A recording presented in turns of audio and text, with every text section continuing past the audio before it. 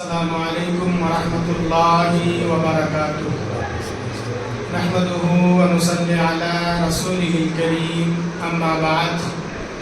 اعوذ باللہ من الشیطان الرجیم بسم اللہ الرحمن الرحیم ان الرجل لیدرک بحسن خلقه درجہ قائم اللیل وصائم النہار۔ محترم سامعین، اس سے پہلے کی درس میں نے آپ حضرت کے سامنے یہ ذکر کیا تھا کہ اللہ تبارک و تعالیٰ کے نزدیک حسن و اخلاق والے یعنی اچھے اخلاق والے شخص سب سے زیادہ پیارا ہے اور پسندیدہ ہے۔ اسی طرح سے نبی اکرام صلی اللہ علیہ وسلم کے نزدیک بھی اچھے اخلاق والے انسانی سب سے زیادہ محبوب ہے، پیارا ہے، اور کل قیامت کے دن نبی اکرام صلی اللہ علیہ وسلم سے سب سے زیادہ نزدیک وہی اچھے اخلاق والے لوگ ہوں گے، اور بد اخلاق والے لوگ قیامت کے روز نبی اکرام صلی اللہ علیہ وسلم سے دور ہوں گے۔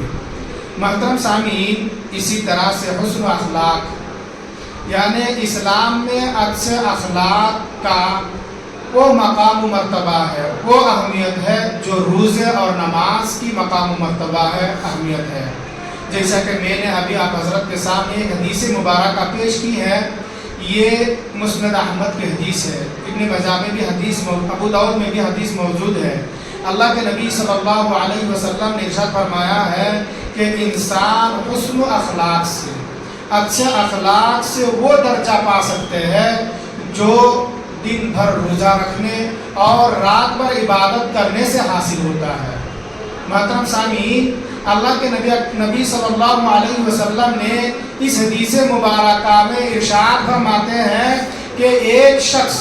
ایک انسان اپنے اچھے اخلاق کے ذریعے سے وہ مقام و مرتبہ پا سکتے ہیں، وہ درجات حاصل کر سکتے ہیں جو دن بھر روزہ رکھنے سے حاصل ہوتا ہے، جو رات بھر قیام کرنے سے، اللہ تبارک و تعالیٰ کی عبادت کرنے سے حاصل ہوتا ہے۔ اسی طرح سے دوسری روایت میں ہے، اللہ کے نبی صلی اللہ علیہ وسلم نے ارشاد فرمایا ہے کہ قیامت کے روز ترازو میں حسن اخلاق سے بڑھ کر کوئی چیز بھاری نہیں ہوگی۔ قیامت کے روز حسن اخلاق سے بڑھ کر ترازو میں کوئی چیز بھاری نہیں ہوگی۔ اس کے بعد آپ صلی اللہ علیہ وسلم نے ارشاد فرمایا ہے کہ حسن اخلاق کے ذریعے سے ایک انسان وہ مقام و مرتبہ پا سکتے ہیں جو ہمیشہ روزہ رکھنے والے ہیں، جو ہمیشہ نماز قائم کرنے والے ہیں۔ یعنی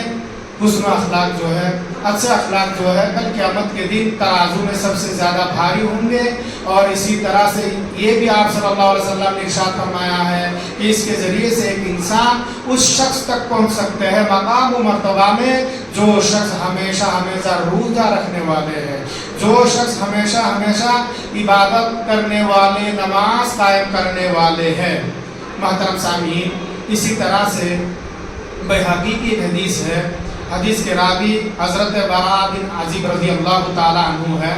فرماتے ہیں کہ ایک صحابی نبی اکرام صلی اللہ علیہ وسلم کی خدمت میں حاضر ہوتے ہیں، حاضر ہو کر کے کہتے ہیں کہ یا رسول اللہ صلی اللہ علیہ وسلم، آپ مجھے ایسے کام بتا دیجئے جو مجھے جنت میں لے جائے۔ تو آپ صلی اللہ علیہ وسلم فرماتے ہیں کہ تم غلام آزاد کرو،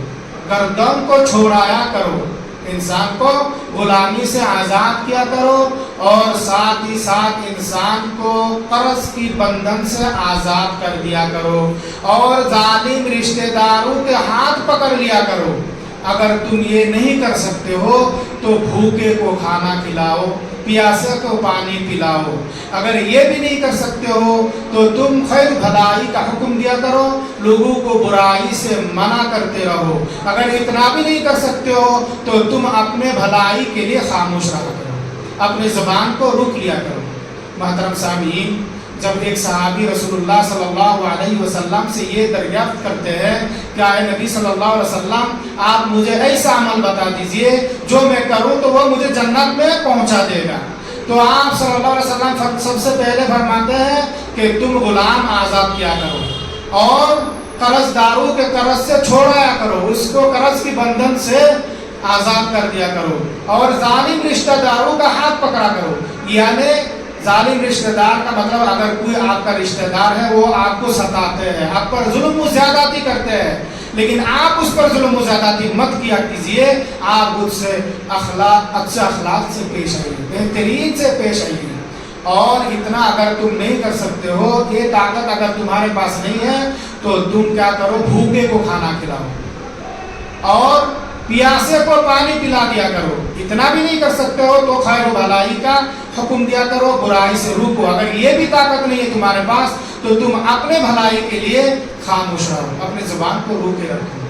محترم سامعین، آج کے اس مختصر درس سے ہمیں اور آپ کو خصوصی طور پر جو بات معلوم ہوا ہے وہ یہ ہے کہ اسلام میں اچھے اخلاق، حسن اخلاق کی یہ اہمیت ہے، حسن اخلاق کی مقام و مرتبہ وہ ہے جو نماز اور روزے میں ہے۔ اسی طرح سے بھی معلوم ہوا ہے کہ حسن اخلاق کے ذریعے سے ایک انسان ہمیشہ روزے رکھنے والے، ہمیشہ اللہ کی عبادت و بندگی کرنے والے شخص کی مقام و مرتبہ تک پہنچ جاتے ہیں۔ اور یہاں جو روزے اور نماز کے بارے میں بتایا گیا ہے یہ خصوصی طور پر نفلی روزہ اور نفلی نماز ہے۔ اسی طرح سے یہ بھی معلوم ہوا ہے کہ غلام آزاد کرنا، قرض داروں کو بندھن سے چھوڑانا، اسی طرح سے بھوکے کو کھانا کھلانا، پیاسے کو پانی پلانا، اسی طرح سے خیر بھلائی کا حکم دینا، برائی سے منع کرنا، یا تو اپنے بھلائی کے لیے خاموشی اختیار کرنا، یہ سارے کے سارے عمل جو ہے جنت میں لے جانے والے عمل ہیں۔ اس لیے ہمیں اور آپ کو چاہیے کہ ہم سننے کے ساتھ ساتھ ان ساری چیزوں کو اپنائیں۔ اللہ تبارک و تعالیٰ سے دعا ہے کہ اللہ تعالیٰ ہم تمام کو ان حدیث پر عمل کرنے کی توفیق عطا فرمائے۔ اللہ تبارک و تعالیٰ سے دعا ہے کہ اللہ تعالیٰ ہم تمام کے اخلاق کو اچھے سے اچھے، بہترین سے بہترین اخلاق بنا دے۔ اللہم آمین یا رب العالمین۔ سبحانک اللہم و بحمدک، اشہد ان لا الہ الا انت، استغفرک و اتوب الیک۔